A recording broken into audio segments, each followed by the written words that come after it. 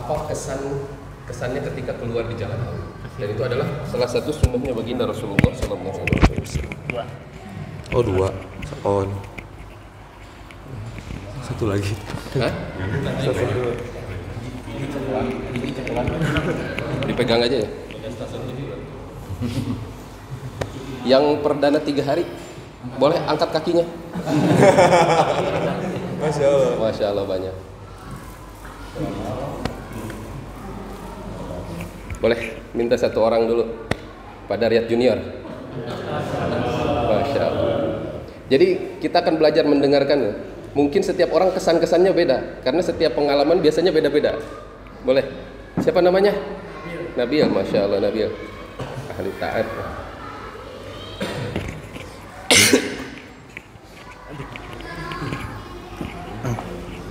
Nabil perdana keluar 3 hari. Iya. Kenapa baru sekarang? Ada waktunya baru sekarang. Oh, sebenarnya waktunya banyak. Ayahnya yang nggak mau taskil ya. Iya. Nah, kita belajar mendengarkan nih. Kesan-kesannya selama kemarin keluar 3 hari, apa yang Nabil rasain? Bismillahirrahmanirrahim. Paling yang ini karena perdana jadi pengalaman pertama kali apa ya, banyak hal-hal yang menyentuh hati yang nggak bisa dijelasin sih. Aduh, makin banyak kayak merasa aduh masih banyak yang kurang. Allah. Masih banyak, oh ternyata selama ini kayak sholat nggak diterima selama ini, jadi banyak salah. Tapi alhamdulillah makin banyak ilmu, makin banyak amalan yang ditambah. Bismillah, semoga istiqomah ntar. Terus kemarin apa yang didapatkan? Belajar apa kemarin dari Amir? Banyak belajar adab-adab. Adab-adab kayak, jadi selama ini hidup apa hal yang dilakukan sehari-hari bisa mendapat pahala kalau kita menjalani dengan adab-adab sesuai Rasulullah SAW. Kabi makin sayang? Insya Allah makin sayang. Makin ngerasa banyak dosa? Makin berat. Aduh. Kemarin lolos nggak tahajudnya? Apa? Selama 3 hari lolos nggak tahajudnya? Lolos tuh. Setiap Apa? malam tahajud? Oh, alhamdulillah dapat tahajud, dapat sholat hajat. Sholat tahajud berapa rakaat? Yang hari pertama masih 2 tapi malam terakhir nyoba 4. Allah. Alhamdulillah. Ada yang ingin disampaikan? Ya mungkin bagi yang baru-baru juga saling mendoakan semoga tetap istiqomah, karena ini memang yang jalan yang terbaik. Masya Allah. Assalamualaikum warahmatullahi wabarakatuh. Ya. Siapa? Pak Alek. Alhamdulillah. Ustadz Alek. Masya Allah, Ustaz Alek. Alhamdulillah. Boleh diaminkan, Pak. Amin. Walaupun bapaknya nggak jadi ustadz, anaknya udah. Allahu Akbar, Masya Allah.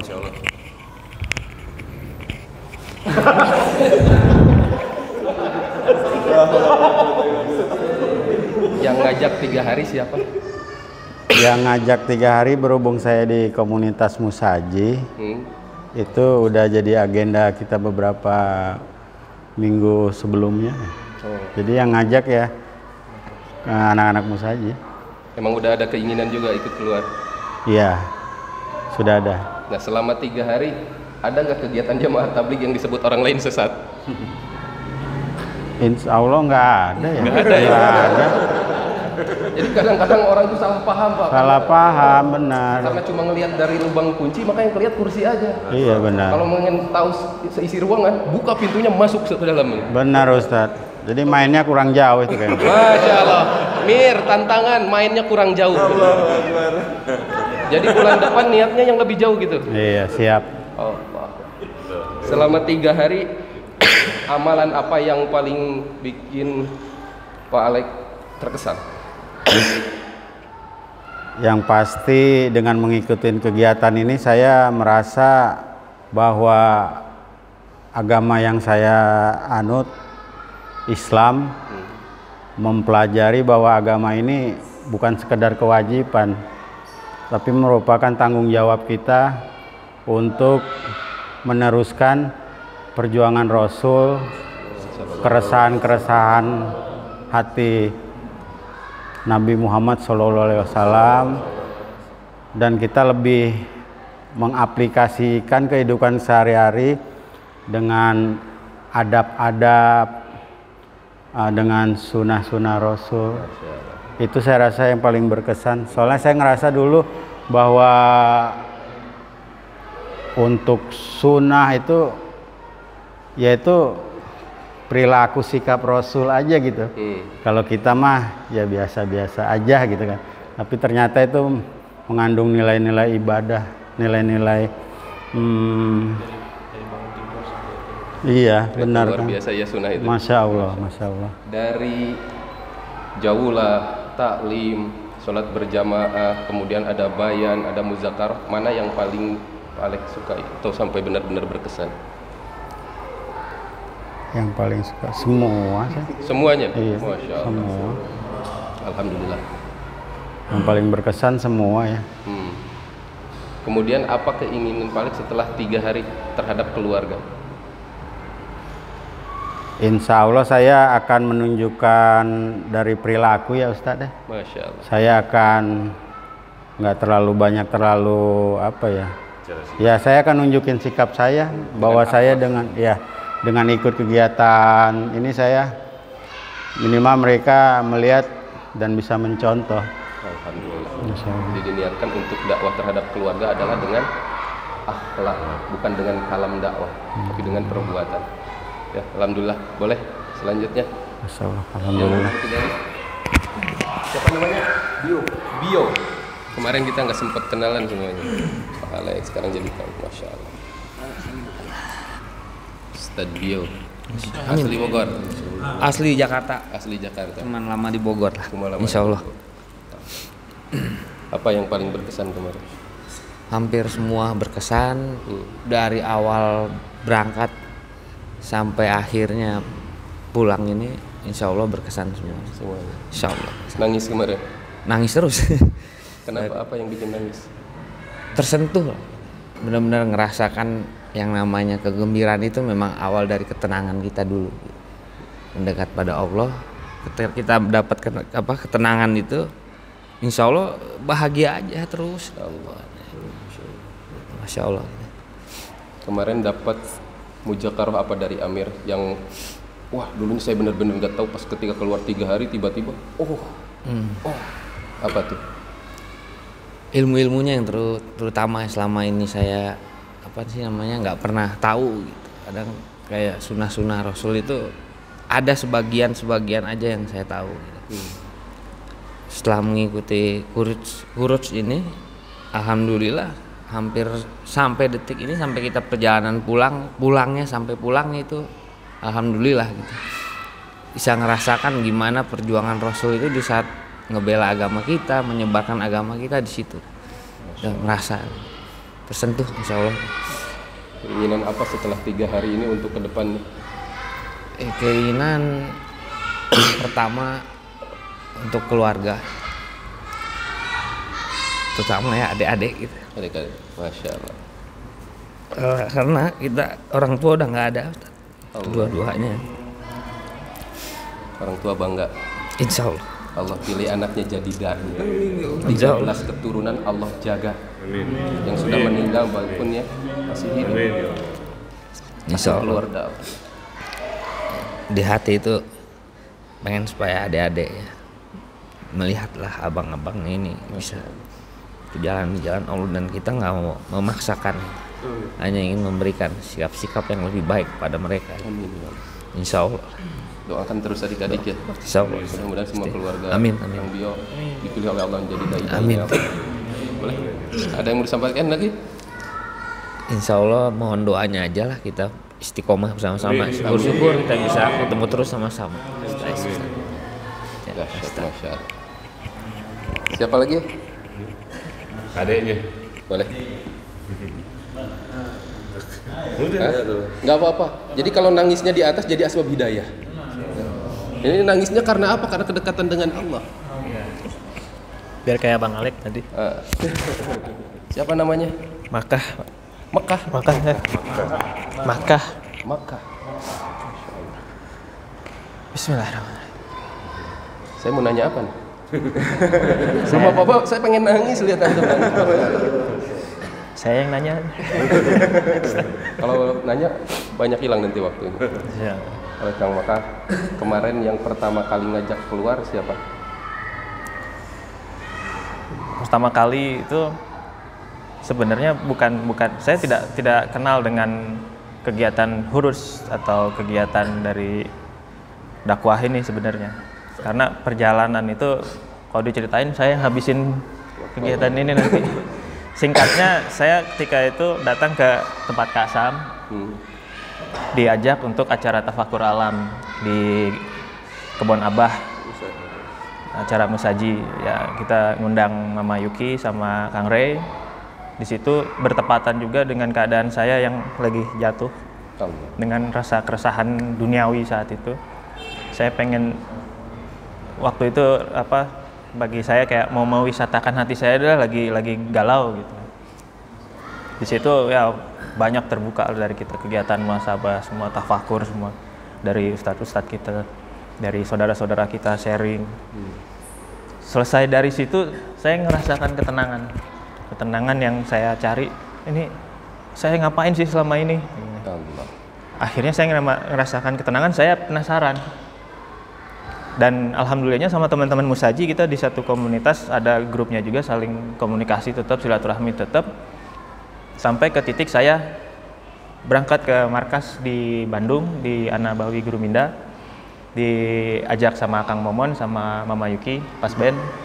Nah di situ saya langsung datang, kaget pertamanya, ini kirain mereka lagi hurus 3 hari di masjid mana gitu kan, tiba-tiba itu ternyata markas dari ujung jalan sampai ke dalam itu semua gamis pakai imamah gitu. Saya datang celana jeans, sepatu boot, pakai kaos, baju koko pendek di giniin doang kayak jaket gitu. Bergetar tangan saya itu, malu. Saya malu di parkiran, dibawa ke dalam sama Kang Momon sama Mama Yuki, kita ngobrol di situ dari jam 11 malam sampai ketemu azan subuh. Itu belum sama sekali namanya tidur kita. Ngobrol, sharing, cerita tentang agama, tentang ibadah, tentang perjuangan Rasul, tentang keagungan Allah. Kita nggak bercerita tentang basic kita di musik atau apa, segala macam. Di situ pun termasuk pertama kali saya tersentuh dengan teman-teman musaji. Sampai tadi saya kasih usul ke teman-teman musaji karena nama mereka di sana diceritakan. Ada dari Bogor, musaji, musisi mau ngaji. Nah, saya dianggap perwakilan mereka lah. Cerita-cerita kita gimana di sana keadaannya. Makanya tadi di usulan saya ajak teman-teman, yuk kita main ke markas. Mau bebas markas mau di Cirendek atau mau ke Guru Minda. Yuk kita sama-sama kalau ada waktu kita bikin jalan, tapi biasanya itu malam Jumat. Kita di sana itikaf gitu. Alhamdulillah. Nah, dan kemarin dalam 3 hari benar-benar menyentuh ke hati itu amalan apa? Semua amalan menyentuh dari semua kegiatan awal itu, dari bayan, dari muzakaroh, dari taklim, sampai jujur sangat menyentuh sekali ketika kita sama teman-teman komunitas itu kumpul, nongkrong, ketawa-ketawa, main musik, nyanyi-nyanyi.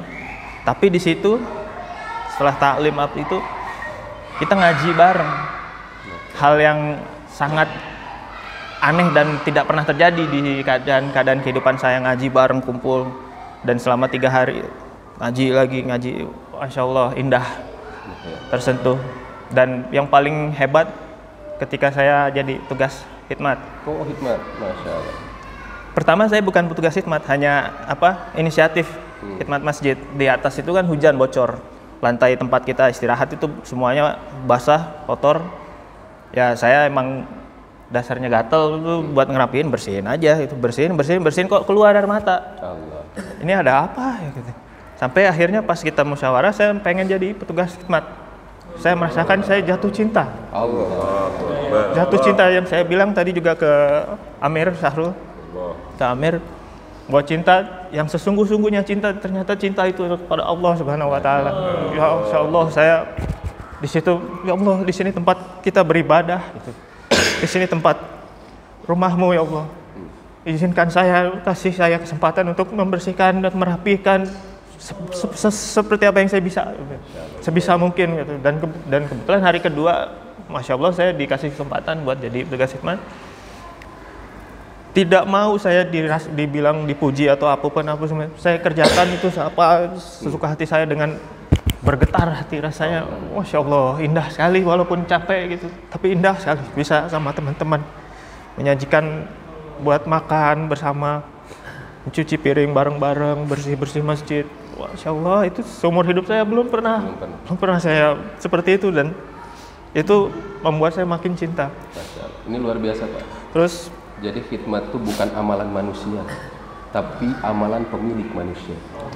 Allah setiap hari berkhidmat dengan sifat Ar-Rahman Ar-Rahim, tidak pandang siapa semuanya dikhidmat oleh Allah Subhanahu wa taala. Jadi Allah itu memiliki amalan seperti halnya dakwah, begitu pula khidmat. Jadi orang yang diistiqomahkan cinta terhadap amalan khidmat, sebenarnya bukan dia jatuh cinta kepada Allah, tapi Allah sedang jatuh cinta kepada diri. Alhamdulillah. Sebenarnya pasti kargo jarinya ini semua teman-teman pengen lebih banyak mengeluarkan.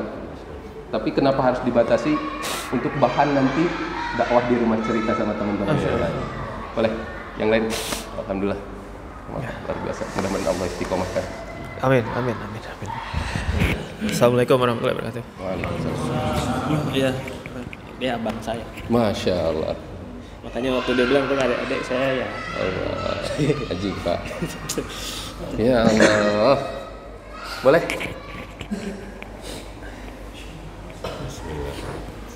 Siapa namanya? Ya, Ustaz. Ya. Masya Allah.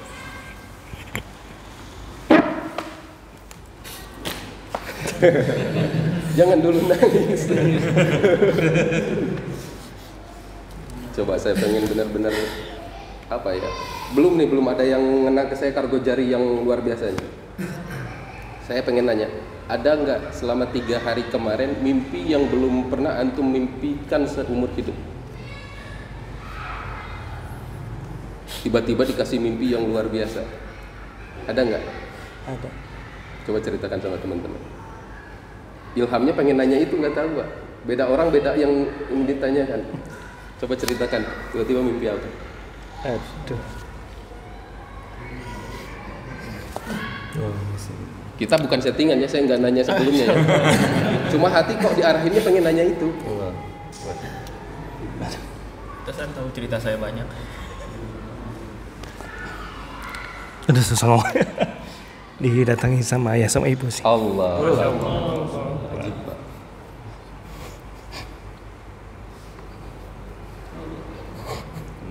Sama seperti saya perdana 3 hari. Sampai 12 tahun kalau nggak salah saya nggak pernah mimpi ketemu almarhum ibu dan bapak. Tiba-tiba keluar 3 hari, mereka datang semua. Ulama katakan mimpinya seorang mukmin adalah hak, dan yang datang pun itu adalah hak. Hanya ada dalam usaha dakwah. Maka para nabi kenapa banyak diilhamkan melalui mimpi, dan semuanya hak. Coba disampaikan. Mereka titip apa senang dengan keadaan antum. Allah. Siapa ya? Ada amalan yang Allah terima, makanya harus lupakan dalam mimpi.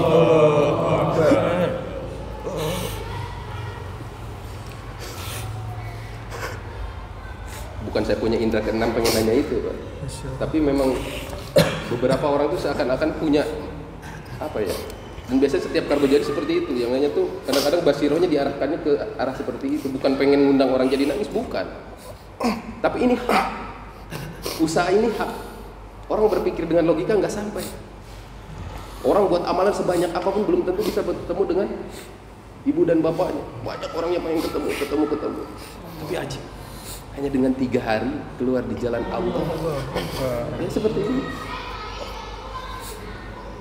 Mau disimpan aja? Masya Allah. Oke, bolehlah. Jadi kita ngobrol aja berdua deh. Boleh yang lain? Boleh? Insya Allah. Allah.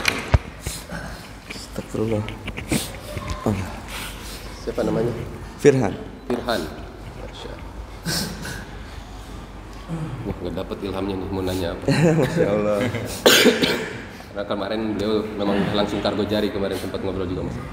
Cuma tolong ceritakan siapa di antara teman-teman kemarin yang mungkin antum selama ini dengan teman-teman musaji sempat gimana gitu. Tiba-tiba pas Allah satukan dengan 3 hari, antum pengen minta maaf banget sama dia.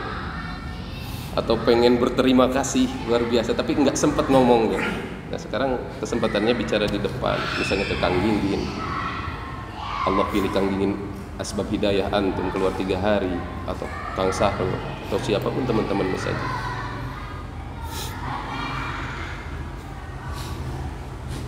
Yang berperan besar aja. Astagfirullah. Yang menjadikan asbab Kang Firhan keluar 3 hari. Ada di sini orangnya? Yang pasti setiap kawan-kawan musaji punya apa ya, impact yang berbeda dari berangkatnya ini gitu kan istilahnya. Tapi kalau kayak kemarin, astagfirullahaladzim, sempat bukan kesel artinya dalam kosol yang seperti apa ya gitu. Cuman sempat ini juga sama Kang Gingin gitu kan, sama Kang Gingin gitu. Karena rencananya berangkat ini tuh bukan untuk yang benar-benar dengan program yang sesungguhnya seperti yang kita berangkat habis berangkat ini gitu kan. Cuman mau apa namanya, pengenalan aja gitu. Kita musaji, kita coba itikaf 3 hari di masjid dengan pengenalan program dari Kang Gingin gitu kan istilahnya. Makanya pas begitu sampai ke sini sempat ngedumel hati gitu istilahnya. Astagfirullahaladzim, apa nih gitu. Kok ramai, kok banyak kan ini gitu. Wah, ini dijebak nih sama Kang Gingin gitu. Tersesat ke jalan yang benar ya. Bukan ke jalan yang salah tapi tersesat ke jalan. Mumpung ada Kang Gingin, apa yang pengen disampaikan sama Kang Gingin aja? Ini antum latihan nih, pertemuan ini Allah pertemukan lagi di surga. Yang dibahas ini lagi nanti.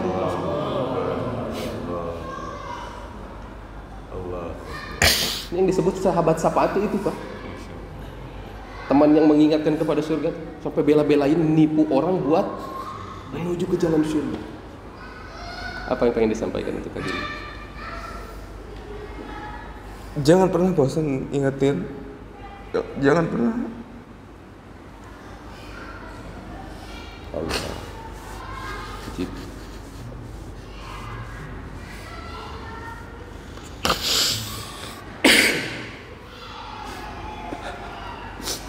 Saya butuh teman-teman seperti kalian. Allah.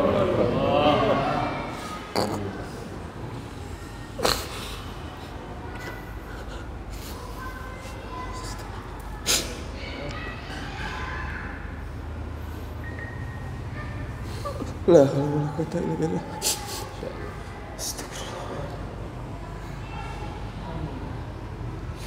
Berteman di dunia, bertetangga di surga ya. Allah. Nuhun cenah Kang Gingin, tong bosan-bosan ngajak. Yang bosan-bosan ngejebak. Jangan bosan-bosan ngejebak. Semakin banyak ngejebak ke jalan yang benar, semakin Allah angkat derajat Anda. Ada yang mau disampaikan lagi? Buat teman-teman semuanya yang lama-lama. Kalau yang baru-baru nanti kan kita dengar laporannya. Ini buat teman-teman yang lama, kemarin nemenin antum, mengorbankan waktunya untuk nemenin antum.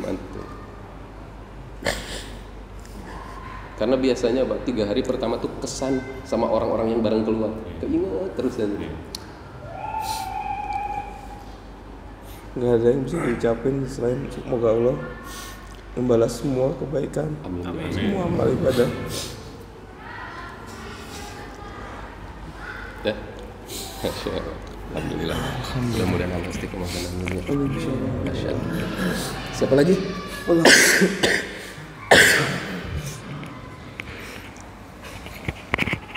Nih beliau paling tegar. Dari suaranya aja udah punya wibawa. Hai. Assalamualaikum warahmatullahi wabarakatuh.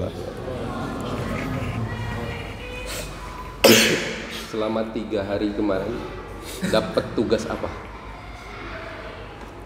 Hikmat terus? Tadi sempat mau fadilah zikir cuman tidak sempat. Nggak sempat muzakarah. Iya, nggak sempat muzakarah. Ya karena memang waktunya nggak cukup 3 hari, tapi harus tiap bulan 3 hari. Nanti kebagian waktu. Insya Allah. Terus kemarin ikut taklim. Ikut taklim. Nah, dari setiap hadis Nabi Shallallahu Alaihi Wasallam, hadis mana yang pertama kali antum dengar dan ternyata wow sekali? Kang Ligin yang masalah di cincang-cincang itu. Umar bin sahabat Nabi. Umar bin Yasir. Iya. Ya, ikut berperang.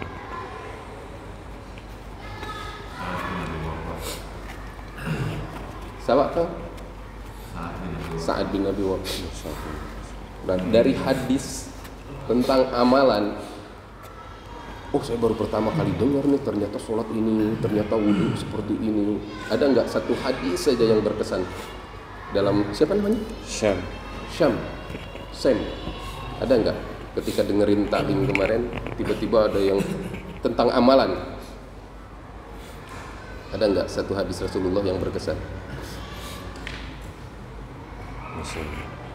Atau memang semuanya berkesan? Sangat berkesan. Masya Allah, luar biasa. Bapak duduk di dalam taklim itu bukan sekedar duduk, Pak. Bukan sekedar duduk. Kemarin bapak-bapak taklim itu seakan-akan mengulang majelis yang dibuat Rasulullah dengan para sahabat. Jadi bukan dilihat siapa yang berbicara dan membaca kitab, bukan. Tapi pada hakikatnya Rasulullah yang sedang bicara sama kita. Sedang meluapkan rindunya yang dulu Rasulullah sampai nangis-nangis, sampai kakinya bengkak-bengkak. Ketika antum menghidupkan taklim, maka seakan-akan Rasulullah sendiri yang sedang langsung bersabda kepada kita. Saking hebatnya majelis taklim. Nah, kemudian kemarin belajar khidmat ya. Iya. Masya Allah. Tadi kan pengalamannya beda tuh, sampai tersentuh dengan khidmat ya. Kalau antum apa gimana tuh? Saya sebenarnya mungkin bisa bercerita sedikit kali ya. Boleh. Di awal ada berita bahwa ini akan huruj 3 hari keluar dari rumah untuk ke masjid. Ada kerisauan sebenarnya di diri saya sendiri gitu. Sampai sempat di hari pertama dan hari kedua saya itu ada kepikir, jujur demi Allah saya itu berpikir nggak pengen lama-lama. Nggak pengen lama-lama. Dari awal tuh? Dari awal. Terus? Masya Allah pas saya paksakan, saya ikuti, dan saya lihat teman-teman yang ikut nyusul ke teman-teman musaji ikut musaji yang datang hari kedua, Masya Allah saya langsung lepas semua itu risau saya. Di hari kedua ya? Hari kedua. Allah. Masya Allah teman-teman yang artinya saya pikir yang sudah berkeluarga datang ninggalin keluarganya apa segala bela-belain datang ninggalin pekerjaannya apa segala macam gitu, mau datang gitu, dan saya datang dari hari pertama masih risau gitu. Allah.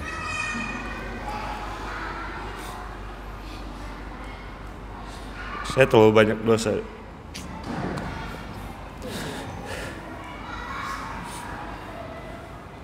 Tolong bimbing saya.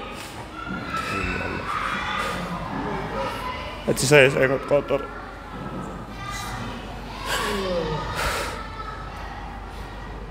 Saya pengen benar.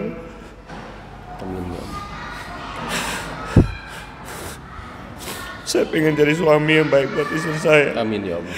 Saya pengen tunjukin bahwa saya baik buat istri saya. Masya Allah. Di depan orang tua saya pengen jadi anak yang baik. Amin ya Allah.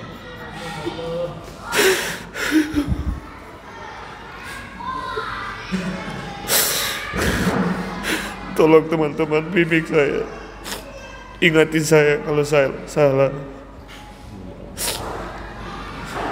berbagi ilmu buat saya agar saya bisa jadi lebih baik.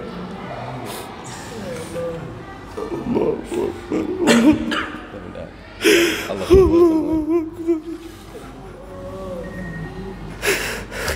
Banyak doain istri, banyak doain orang tua. harinya Allah terima, Allah rubah suasana semuanya. Amin ya Allah. Boleh, Masya Allah. Luar biasa Pak, nikmat. Ketika nangis untuk dekat dengan Allah itu nikmat. Ini harus disyukuri luar biasa. Berapa orang lagi? Boleh? Gak apa-apa.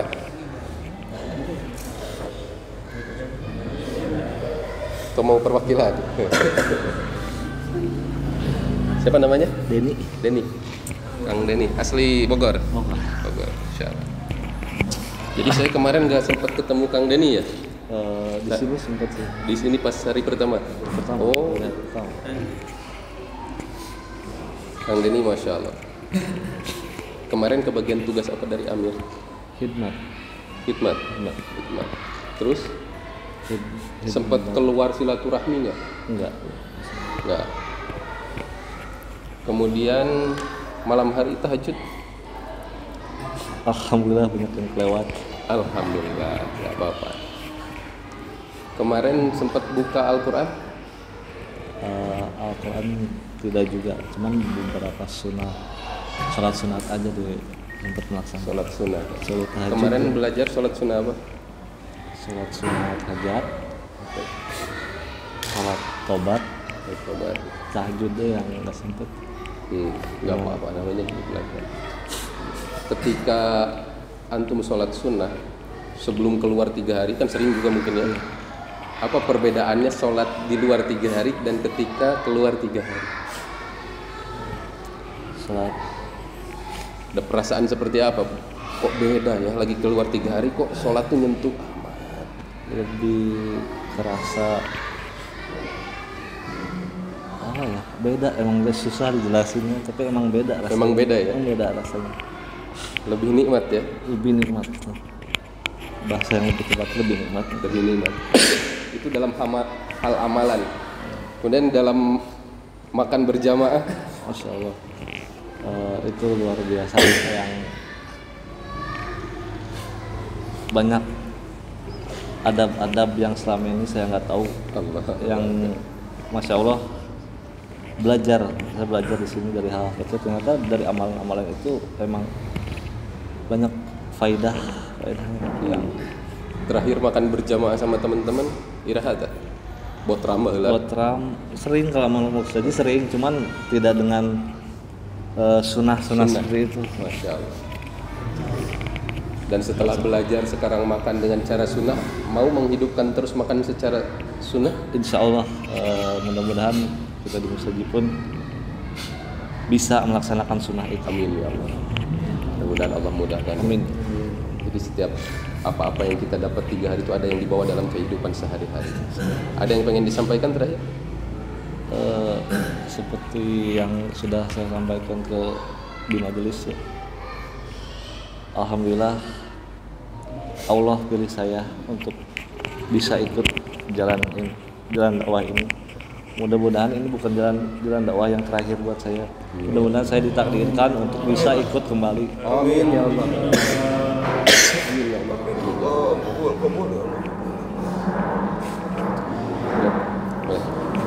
Siapa lagi? Boleh, 1 orang aja lagi. Cukup deh waktu ini. Namanya siapa? Sigit. Wah, ini kayaknya Kang Sigit paling sedikit makanan ya. Iya. Kang Sigit pertama juga 3 hari. Pertama. Sebelumnya sudah mengenal, wah itu jamaah kompor, jamaah tabligh.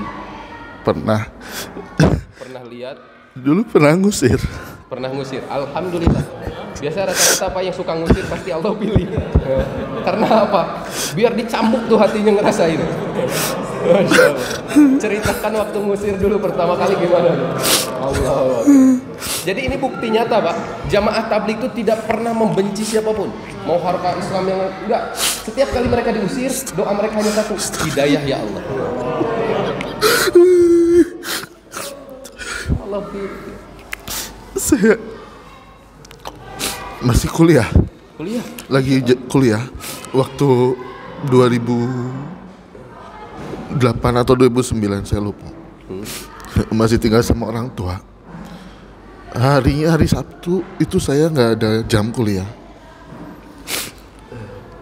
Perawakannya persis kayak Ustadz dari Sulaiman. Saya nggak tahu, mudah-mudahan itu dia. Masya Allah. Dan Masya Allah dipertemukan juga sama beliau lewat Musaji ini. Itu di rumah saya datang pagi ngajak sholat zuhur berjamaah. Saya alasan, jadi saya lihat jamaah datang, saya langsung manasi motor. Pura-pura ya. Saya ada kuliah mau berangkat, terus bapak juga masih di sekolahan belum pulang karena bapak saya guru. Masya Allah, saya salah. Benar.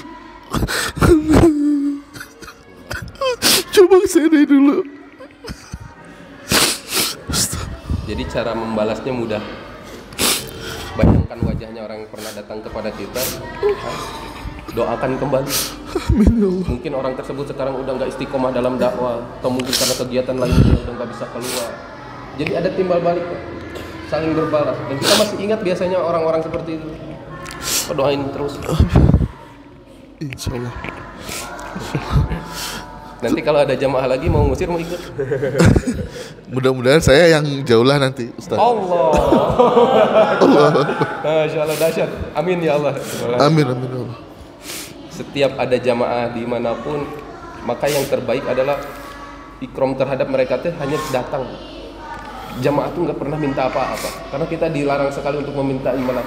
Tapi ketika kita datang kepada satu rumah, ngajak dan orang tersebut datang ke masjid, itu bahagianya Masya Allah. Jamaah itu seperti itu, dengan datangnya saja itu. Ada masuk taskilan, ajakan datang ke masjid, bahagia. Jadi nanti bapak-bapak dengan sudah keluarnya 3 hari ketemu jamaah dimanapun, ikram mereka dengan datang ikut programnya di masjid. Bersedia insya Allah? Insya Allah. Apa yang mau disampaikan Dray? Tadi malam sebelum tidur pengen minta sama Allah bangunin supaya bisa tahajud lagi. Seumur hidup saya baru setelah tahajud berdoa sama Allah. Selalu berusaha khusyuk, pengen sampai nangis, nggak bisa. Tapi Masya Allah semalam itu nggak bisa ngebendung, air mata keluar terus. Allah kabul. Apalagi pas ingat Bapak, Umi, ya Allah, Umi, duraka. Bahagia mau duraka. Ingat istri saya, astagfirullah. Belum istiqomah nutup auratnya, ya Allah. Minta doain. Mudah-mudahan istiqomah nutup auratnya, ya Allah. Amin. Jadi dakwah terhadap istri ini bukan hukum hakam, Pak. Bukan masalah tentang syariat. Antum harus berjilbab, antum harus ini. Hukum dalam syariat hanya hitam sama putih, 2 pilihannya. Tapi yang kita gunakan setelah ikut usaha dakwah, maka jadikan tertib itu tahapan. Ketika istri belum pakai jilbab, dia masih pakai celana pendek, yang diperintahkan panjangkan celananya. Jangan sentuh masalah dulu jilbabnya. Perlihatkan akhlak yang baik terhadap istri kita, sehingga istri kita tuh berjilbab tuh karena benar-benar hidayah, bukan karena paksaan. Karena kalau ke atas paksaan, ketika selek sama suaminya, maka dia akan kembali lagi. Ingin lebih baik lagi sama istri? Insya Allah harus. Nanti perlihatkan. Ya, jadi istri itu berat. Lebih lembut nanti pulang, lebih lembut pada anak, lebih lembut kepada orang tua. Ya. Ya siap. Insya Allah. Alhamdulillah. Kasih. Assalamualaikum warahmatullahi wabarakatuh. Nah, jadi penting Pak, kargo jari atau laporan bukan untuk bapak-bapak sebenarnya, tapi untuk kami-kami yang sudah ada. Oh, 1 orang lagi. Paling senior. Siapa? Ketua Musaji, Masya Allah. Masih ada khusus buat antum, ditambah lagi 15 menit.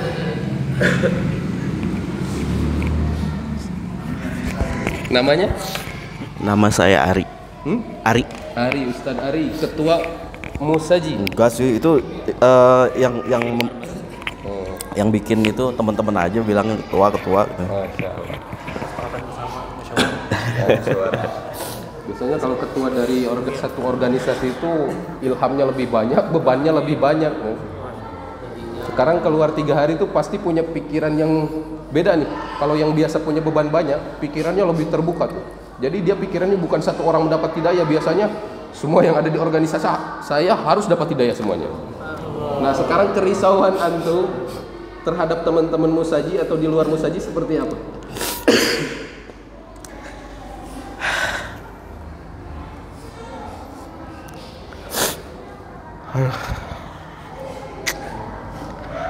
Antum punya indra keenam ya? Pengen nanya itu.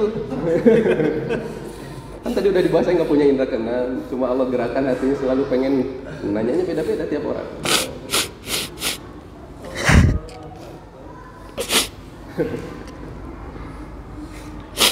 Jangan-jangan nanti setelah ini banyak yang datang ke rumah saya lagi nanya itu. Tolong ditutupi aib saya ya. Jadi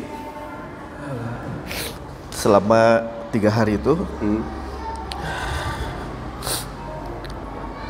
apa ya? Saya nggak terlalu mikirin diri sendiri gitu. Saya baru nangis tuh sekarang. Allah. Melihat saya gitu.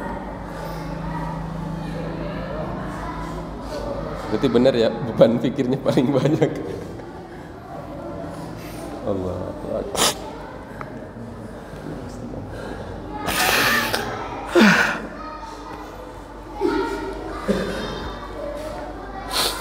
Waktu itu kita bikin musaji, sepakat. Sebenarnya itu apa ya, doa saya sebenarnya. Allahu Akbar. Asbab risau berarti ya. Saya tuh pengen kumpul teman-teman, musisi, seniman, siapapun lah, bareng-bareng. Allahu Akbar. Untuk ya seperti ini. Saya nggak nangis, berdoa juga kan selalu. Saya nggak nangis. Saya hanya melihat teman-teman yang sedang nangis. Tapi saya nggak kuat di sini karena saya lihat wajahnya. Saya nggak tahu, orangnya tertutup kali ya. Saya juga punya problem, maksudnya ada lah ya pasti, namanya di keluarga atau apa. Saya orangnya realistis, apa adanya, nggak logis. Selama 3 hari kemarin, jujur saya melihat sunnah-sunnahnya Rasul, memuliakan masjid, memakmurkan masjid, jalan. Saya ikut juga jauh lah ya. Lalu ketemu Ustadz Abdul Karim, ketemu Bang Hengki Tornando kemarin. Itu saya cuma memperhatikan sebenarnya. Ya Allah, Rasulullah tuh begini dulu ya gitu. Saya dari aspek sejarah kayak gitu ngerasain itu aja. Lalu kalau untuk apa dakwahnya bayan gitu. Oh seperti ini zaman Rasul. Saya ini logis, realistis gitu. Jadi sempat gimana ya kalau dibilang ya ini metodenya seperti ini bagus banget gitu.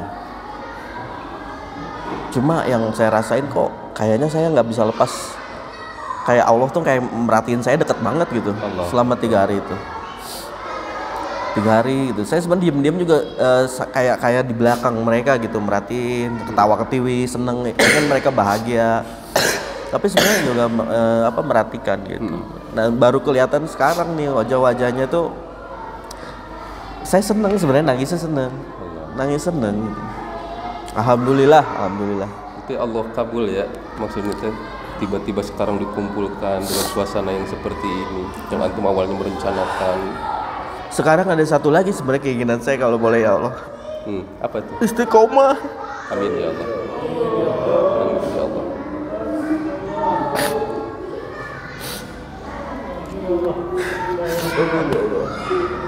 Saya nggak pengen ini cuma iman sambal gitu kok. Saya nggak pengen nangis sekarang besok lupa lagi. Tolong teman-teman Allah.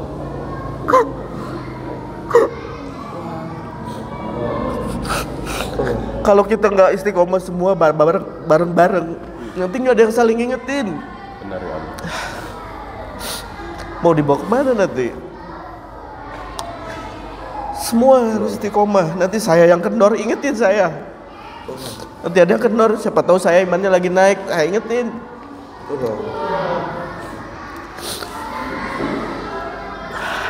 Babarkan.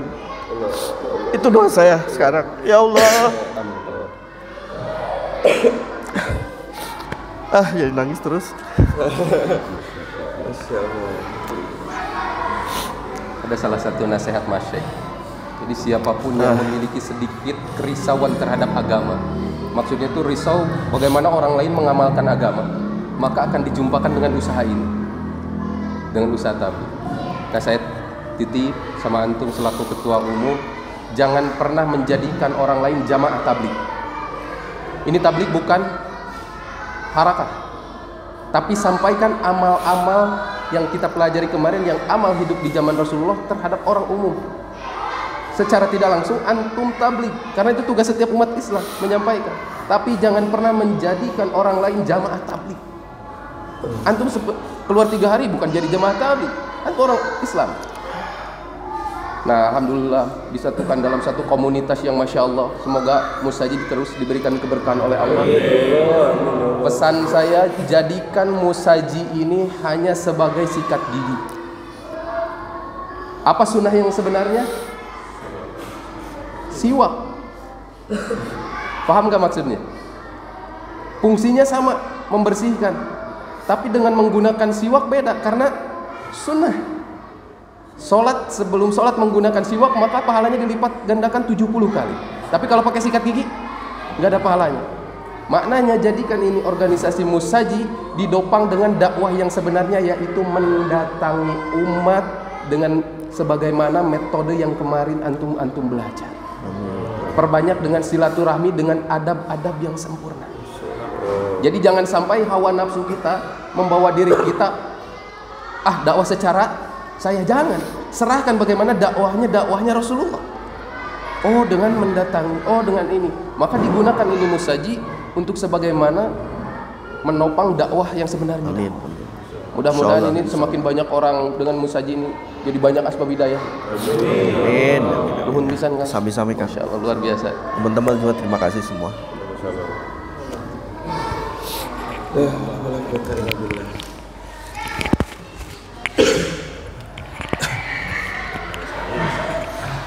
Nah ini Pak, pentingnya Kargo Jari itu sebenarnya untuk mengingatkan saya dan teman-teman yang sudah lebih lama ikut usaha dakwah. Kadang-kadang kami pun kendor. Tapi dengan Allah pilih orang-orang baru lagi, maka semangat kami tiba-tiba ya seperti inilah. Membara lagi Pak. Karena pentingnya orang baru itu seperti itu. Dan setiap Kargo Jari atau laporan yang disampaikan pasti itu membangkitkan semangat-semangat kita. Bapak-bapak boleh merapat lagi, kita akan buat wapsi. Jadi wapsi ini bukan ceramah buat pulang, bukan. Kita nggak ada bahasa pulang Pak. Tapi wapsi itu adalah melanjutkan kerja dakwah di tempat bapak-bapak semuanya. Bapak-bapak punya masjid di sekitar? Nah, dengan adanya mungkin tausiah ini merupakan bekal untuk bapak-bapak kembali ke tempat tinggal kita, menghidupkan dakwah di sana. Jadi 3 hari kemarin cuma latihan. Tapi dakwah yang sesungguhnya adalah setelah bapak-bapak pulang kembali ke rumah masing-masing. A'udzubillahi minasyaitonirrajim. Assalamualaikum warahmatullahi wabarakatuh. Alhamdulillahirabbil alamin. Arsala rasulahu bil huda waddinil haq liyudhhirahu 'ala dini kullihi wa kafa billahi syahida. Asyhadu an la ilaha illallah wahdahu la syarikalah wa asyhadu anna Muhammadan abduhu wa rasuluhu allazi la nabiyya ba'dah. Allahumma salli wa sallim ala hadzal nabiyil karim sayyidina Muhammadin wa ala alihi wa sahbihi ajma'in. Amma ba'd. Qala Allah ta'ala fil kitabil karim, a'udzu billahi minasy syaithanir rajim. Ya ayyuhalladzina amanu taqullaha wa qulu qawlan syadida yuslih lakum a'malakum wa yaghfir lakum dzunubakum wa may yuti'illaha wa rasulahu faqad faza fawzan 'azima. Wa qala Nabi sallallahu alaihi wasallam al-imanu bid'un wa sab'una syu'batan. Fafduluha qawlu la ilaha illallah wa adnaha adza imatatul adza anit tariq wal haya'u syu'batun minal iman. Hadis yang saya bacakan yang diriwayatkan dari Abu Hurairah radhiyallahu an, bahwa Rasulullah sallallahu alaihi wasallam bersabda, sesungguhnya iman itu memiliki 70 sekian cabang lebih. Yang paling tinggi adalah mengucapkan la ilaha illallah. Yang paling rendah adalah menyingkirkan duri dari jalan. Dan sesungguhnya malu, sifat malu ini sebagian dari iman. Jadi kita bisa perhatikan yang tertinggi adalah ucapan kalimah la ilaha illallah. Yang terendah berkaitan dengan keselamatan manusia. Sehingga Allah jadikan salah satu takaran iman menyingkirkan duri dari jalan. Ini duri, Pak. Dan duri ini hanya ada ketika di dunia mencelakakan orang lain. Bapak-bapak pikirkan, ternyata bapak-bapak telah melaksanakan amalan yang paling tinggi, yaitu menyelamatkan orang lain bukan dari duri, tapi dari nerakanya Allah Subhanahu wa ta'ala. Dengan mendakwahkan kalimah la ilaha illallah. Dan sifat malu adalah sifatnya orang yang beriman. Kemarin saya di India, ada salah seorang mufti. Mufti itu sudah hafal hadis, kemudian hafal ribuan hadis, dia pun hafal Al-Quran. Beliau adalah salah satu murid daripada muridnya Maulana Ilyas rahmatullahi. Dan hadirin, hanya kitab-kitab yang lama itu yang ada di India. Beliau menyampaikan satu muzakarah di mana beliau menyampaikan sesungguhnya ketika jasad Nabi Adam sudah jadi, yang diciptakan dari beberapa tanah yang warnanya berbeda-beda, maka ketika Allah Subhanahu wa ta'ala tiupkan ruh melalui ubun-ubun, maka kalau bapak-bapak lihat bayi yang empot-empotan ubun-ubunnya, itu jalan masuknya ruh. Beliau sampaikan, Ibnu Abbas radhiyallahu anhu mengatakan bahwasanya ketika ruh akan dimasukkan ke dalam jasad Nabi Adam, maka ruh bertanya 3 kali, ya Allah, apakah aku harus masuk ke tempat gelap itu? Sampai 3 kali. Maka kemudian ruh itu setelah 3 kali bertanya, maka dia masuk secara terpaksa. Ulama mengatakan, hadirin yang mulia, seandainya ruh tersebut ketika diperintahkan masuk secara sukarela, maka ketika seseorang meninggal dunia, maka ruh itu akan sukarela keluar dari tubuhnya. Tapi karena masuknya dengan terpaksa, maka hadirin, keluarnya setiap ruh dari jasad begitu dahsyat susahnya, Pak. Pernah melihat orang sakaratul maut? Masya Allah, tersiksa hadirin. Karena apa? Saking susahnya keluarnya itu ruh. Para nabi merasakan bagaimana ada nabi yang bersaksi bahwa ketika ruh akan keluar dari tubuh seperti halnya domba yang dikuliti hidup-hidup. Ada nabi yang berkata ketika ruh keluar dari tubuh seperti sayatan pedang, lebih daripada 70-80 sayatan pedang. Ajib, Pak. Karena apa? Karena ruh masuknya secara terpaksa. Nah hadirin yang muliakan Allah Subhanahu wa ta'ala, kemudian ketika ruh setelah masuk secara sempurna, maka yang pertama kali diucapkan oleh Nabi Adam adalah alhamdulillah. Setelah beliau bersin, beliau mengucapkan alhamdulillah atas ilham daripada Allah Subhanahu wa ta'ala. Maka Allah menjawab dengan yarhamukallah. Dan ini menjadikan salah satu syariat dalam agama kita, hakul muslimi ala muslim khamsun. Dan salah satunya adalah radus salam. Yang salah satunya lagi kemudian watasmitu tasmit. Jadi ketika ada orang yang bersin mengucapkan alhamdulillah, maka hak bagi orang yang bersin terus harus dijawab bersinnya dengan ucapan yarhamukallah. Nah hadirin yang muliakan Allah Subhanahu wa ta'ala, ketika Nabi Adam bersin, maka beliau melihat daripada 4 cahaya, kemudian 4 kegelapan. Maka Nabi Adam kebingungan, ditanya kepada 4 kegelapan tersebut. Terhadap kegelapan pertama ditanya, wahai kegelapan, siapakah engkau? Maka kegelapan yang pertama menjawab, sesungguhnya aku adalah marah dan tempatku ada di dalam otak. Jadi marah itu merupakan kegelapan, Pak. Maka kemudian kegelapan yang kedua ditanya, siapakah engkau? Sesungguhnya aku adalah nafsu dan letakku ada di dalam mata. Kemudian kegelapan yang ketiga ditanya, siapakah engkau? Aku adalah penyakit dan tempatku ada di dalam badan. Kegelapan yang keempat ditanya pula, siapakah engkau?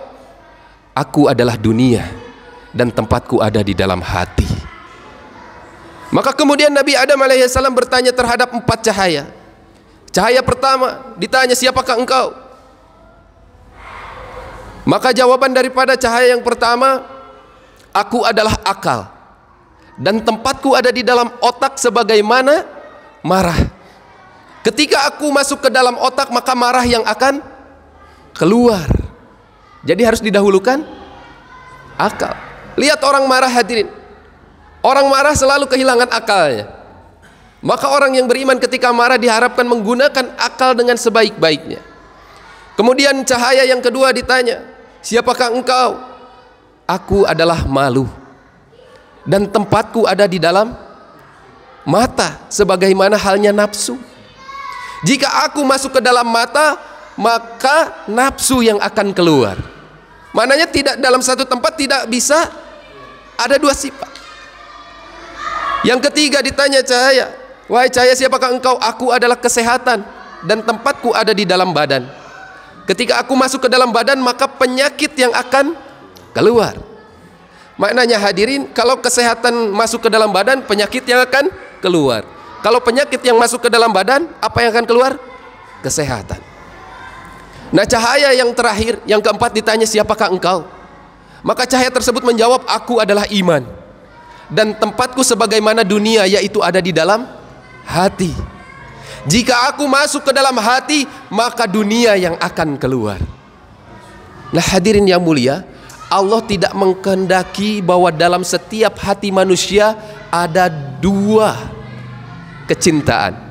Yang ingin Allah adalah kecintaan mutlak terhadap Allah Subhanahu wa taala. Maka apa dalam ayat Al-Qur'an Allah sebutkan? Walam yabisu imanahum bizulmin. Jadi orang-orang yang beriman ini tidak mencampur adukan kezoliman dengan kesyirikan. Kezoliman di situ adalah kesyirikan. Apa jaminan Allah bagi orang yang tidak mencampur keadukan keimanan dengan keduniaan? Maka jaminannya adalah ketenangan.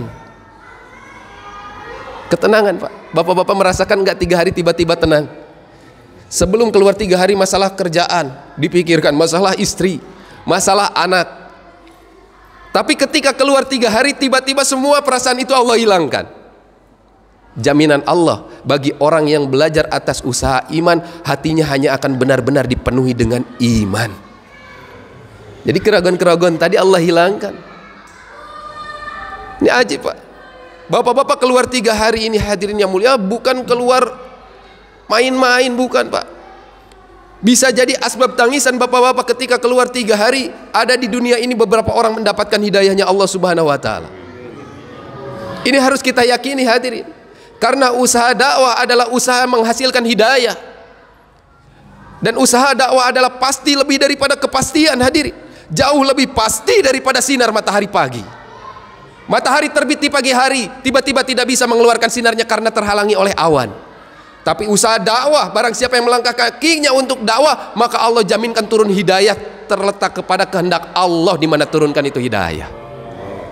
Harus yakini, Pak. Engke bapak-bapak di surga tiba-tiba aya orang nyamperkeun. Nuhun Kang Ustad, saya jadi bisa masuk Islam.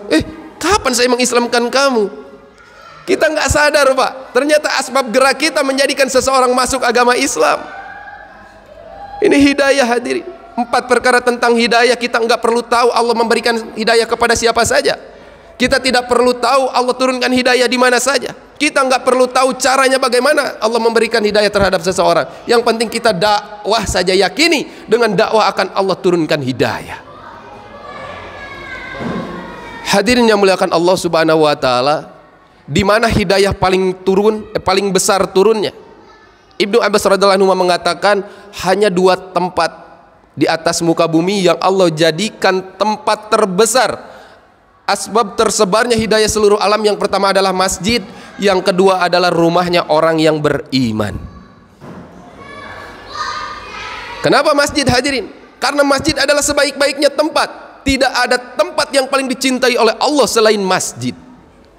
Maka sekarang tanamkan oleh bapak-bapak dalam hati kita, dalam fikir kita, bahwa rumah saya bukan rumah yang ditempati istri saya.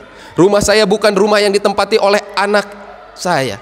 Tapi rumah saya adalah masjid, sebagaimana apa yang disampaikan oleh Rasulullah sallallahu alaihi wasallam, al-masjidu baitu kulli taqiyyin.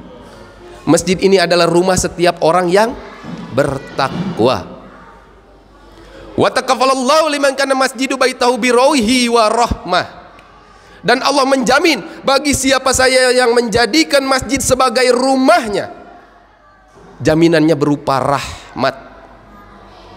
Apa rahmat? Kasih sayang.